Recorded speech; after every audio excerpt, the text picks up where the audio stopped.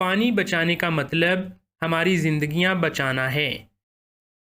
अगर हमने अभी पानी की बचत नहीं की तो ये मुस्तकबिल में एक बड़ा मसला होगा। हमारी बिजली पानी पर मबनी है। अगर हम पानी को नहीं बचाएंगे तो हम अपनी रोज़मर्रा की इंसानी ज़िंदगी से हाथ धो बैठेंगे। आजकल हम पानी को एहतियात से इस्तेमाल नहीं कर रहे। आबी आलूदगी की वजह से बहुत से जानवर दरिया और समंदरों में मर जाते हैं।